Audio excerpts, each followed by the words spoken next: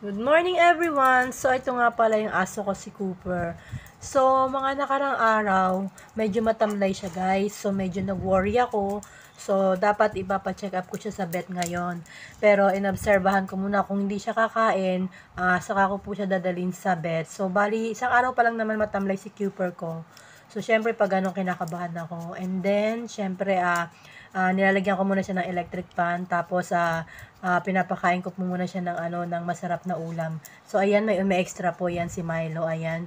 At kinakagat-kagat niya na naman to si Cooper. Ito talaga si Milo, kahit kailan talaga to, extra bulate. So, ayan nga po ang kaganapan ngayon dito. So, thank God at okay na po si Cooper. At ito, papakita ko sa inyo at nakakakain na siya uli. At siguro nanibago lang siya sa pagpapaligo ko sa kanya nung nakarang araw. Baka hindi bet ng katawan niya, kaya medyo tumamlay siya. But luckily, thank God that okay na po siya. Tingnan niyo si Milo. Milo, ka nga dyan. So, ito nga po, papakita ko sa inyo na kumain na po si Cooper ko. Okay? Keep on watching, guys. Milo, ano ba naman to? Good job. Naubos na ni Cooper. Thank you, Lord. Okay na si Cooper. Yes. Happy na me. Cooper! Cooper! Cooper!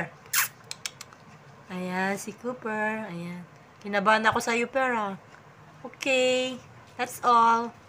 Thank you for watching.